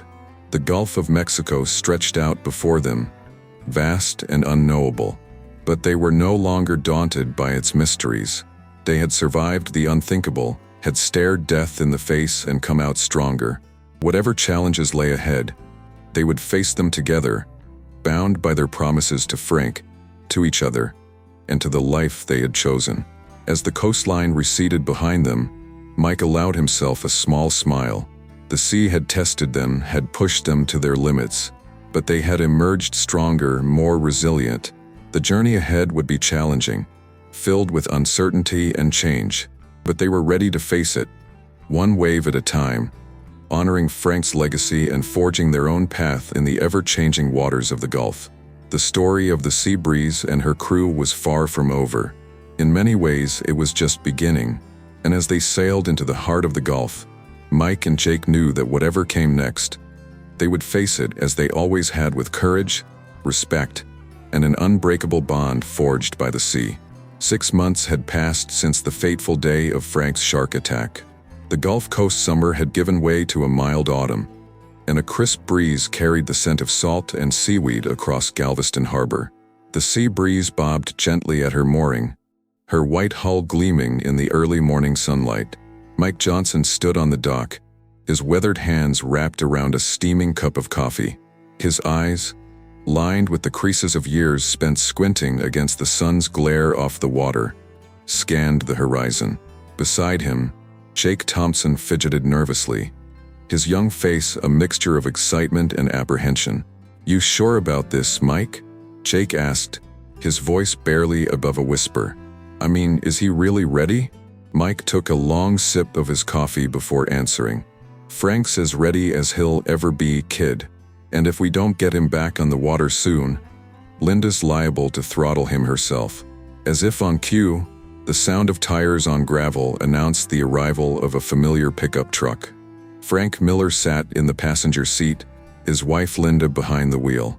As the truck came to a stop, Mike and Jake approached, their steps measured and cautious. Frank emerged from the vehicle slowly, leaning heavily on a cane. His right arm, though no longer in a sling, hung stiffly at his side. But his eyes, those same piercing blue eyes that had stared down countless storms, sparkled with determination. "Well, look at you two," Frank called out, his voice gruff but warm, "standing around like a couple of landlubbers. Don't tell me you've forgotten how to rig a boat." Mike chuckled, stepping forward to clasp Frank's good hand. "Just waiting on our captain, old man. You ready for this?" Frank's expression softened for a moment, a flicker of uncertainty crossing his face. But it was gone in an instant, replaced by his trademark grin. "Born ready, mate. Let's show these young bucks how it's done." As Frank made his way slowly down the dock, Linda hung back, her face etched with worry. Mike approached her, speaking softly. "We'll take good care of him, Linda. I promise." She nodded, blinking back tears. "I know you will, mate. Just bring him back to me. Okay?" Mike squeezed her shoulder reassuringly before turning to join the others on the boat. Jake was already helping Frank aboard, his movements careful and attentive. As Mike stepped onto the deck of the Sea Breeze, a wave of emotion washed over him. This boat, these waters, they were more than just a livelihood. They were home, and for the first time in months, it felt like they were whole again. Frank settled into his familiar spot at the helm, his good hand caressing the wheel like an old friend. "All right, boys," he said, his voice strong and clear. "Let's see if I remember how to do this." With practiced ease, despite his injuries, Frank guided the Sea Breeze out of the harbor. As they cleared the jetties and the vast expanse of the Gulf opened up before them, a collective sigh seemed to pass through the crew. They were back where they belonged. The morning passed in a comfortable routine of casting nets and checking lines. Frank, unable to do much of the physical work, directed operations from the wheelhouse. Mike and Jake moved about the deck with the synchronicity of long-time partners, anticipating each other's needs without a word. As the sun climbed higher in the sky, Frank called out to Mike. "How's our hull looking?" Mike wiped the sweat from his brow, squinting up at his old friend. "Not bad, all things considered. Red snapper are biting well. Grouper's a bit slow, but we've got time." Frank nodded, his expression thoughtful. "Water feels different, doesn't it? Warmer than it should be this time of year." Cenk, overhearing the conversation, joined them at the rail. The Rangers said we might see more changes like that, part of why they implemented those new protocols. Frank's face darkened at the mention of the changes. The new safety measures enhanced communication systems, improved shark deterrence, stricter regulations on fish cleaning had been a point of contention among many of the old-timers in the fleet. But Frank, chastened by his near-death experience, had been one of their strongest advocates. "Speaking of which," Mike interjected, sensing the shift in mood, "we're due for our hourly check-in with the Coast Guard. Want to do the honors, Frank?" Frank's eyes lit up at the suggestion. He made his way back to the radio, keying the mic with his good hand. "Coast Guard Galveston, this is fishing vessel Sea Breeze. Position 29 degrees north, 94 degrees west. All clear, over." The response came back quickly. "Copy that, Sea Breeze. Glad to hear your voice, Captain Miller. Stay safe out there." As Frank replaced the handset, a small smile played at the corners of his mouth. "Never thought I'd be so happy to hear a Coast Guard squawk." The day wore on, the rhythm of work punctuated by moments of quiet reflection. As the afternoon sun began its descent towards the horizon, Frank called for them to begin heading back to port. "One last net to pull, Cap," Jake called out. "Want us to leave it?" Frank shook his head. "No, bring it in. Might as well finish strong."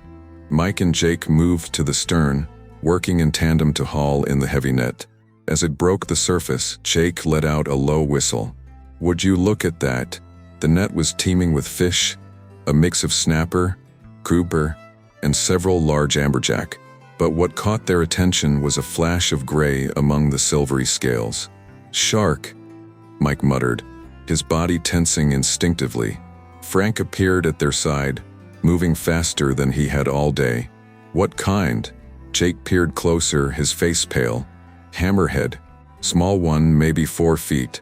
For a long moment no one moved. The only sound was the slap of waves against the hull and the thrashing of fish in the net. Frank's eyes were fixed on the shark, his expression unreadable. Finally he spoke, his voice low but firm. "Cut it, Moose." Mike turned to him, surprise evident on his face. "Frank, you heard me," Frank said, his tone brooking no argument. "Cut it, Moose." Carefully, Jake looked between the two older men before nodding. With trembling hands, he reached for his knife, carefully slicing through the net around the shark. As the opening widened, the small hammerhead thrashed once, twice, and then slipped back into the depths. As they watched the ripples fade, Frank let out a long, shaky breath. "Well," he said, a hint of his old humor returning. "I guess that's one way to test those new protocols." Mike clapped him on the shoulder, feeling the tension drain from his friend's body. "You did good, Frank. Real good." As they secured the remaining catch and prepared for the journey home, a sense of quiet triumph settled over the crew of the Sea Breeze. They had faced their fears, confronted the very creature that had nearly taken everything from them, and chosen compassion over revenge. The sun was setting as they approached Galveston Harbor, painting the sky in brilliant hues of orange and purple.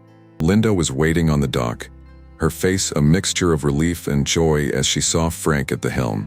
As they tied up the boat and began unloading their catch, Frank made his way slowly down the gangplank.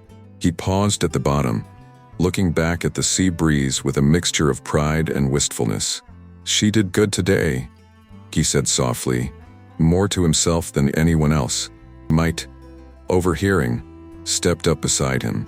"She always does, Frank, and so did you."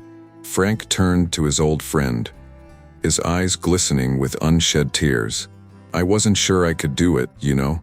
Wasn't sure I had it in me to face that water again." Mike nodded, understanding the depth of emotion behind Frank's words. "But you did, and you'll do it again, because that's who you are, Frank. It's who we all are." As they made their way up the dock, Linda rushed to embrace her husband. Jake joined them, his young face beaming with pride and exhaustion. "So," Linda asked, her arms still wrapped tightly around Frank, "how was it?" Frank looked at Mike and Jake, a slow smile spreading across his face. It was like coming home." Later that evening, as the sun dipped below the horizon and the first stars began to twinkle in the darkening sky, the crew of the Sea Breeze gathered at Frank and Linda's house. The backyard was filled with the sounds of laughter and the smell of grilling fish. As they sat around the patio table, cold beers in hand, Frank raised his bottle in a toast. "To the Sea Breeze," he said, his voice strong and clear, "and to the best damn crew a captain could ask for." The others raised their bottles, echoing the sentiment. As they clinked glasses, Mike caught Frank's eye, seeing in it a reflection of his own thoughts. They had been through hell and back, had faced their deepest fears and come out the other side. The scars, both physical and emotional, would always be there, but they had learned to live with them, to wear them as badges of honor rather than marks of shame. The Gulf of Mexico, vast and unpredictable, would always hold its dangers, but it was also a source of life, of beauty, of purpose. And for the crew of the Sea Breeze, it would always be home. As the night wore on and the stars wheeled overhead, they shared stories of their adventures, both old and new. They laughed, they remembered, and they looked to the future with hope and determination. The journey ahead would not be easy. The changing climate, shifting ecosystems, and ever-present dangers of the sea would continue to challenge them. But they would face those challenges together, bound by the ties of friendship, shared experience, and the indomitable spirit of those who make their living from the sea. As the gathering wound down and goodbyes were said, Frank found himself alone on the back porch, gazing out towards the distant sound of waves breaking on the shore. Mike joined him, leaning against the railing. "Penny for your thoughts, old man," Mike said softly. Frank was quiet for a long moment before responding.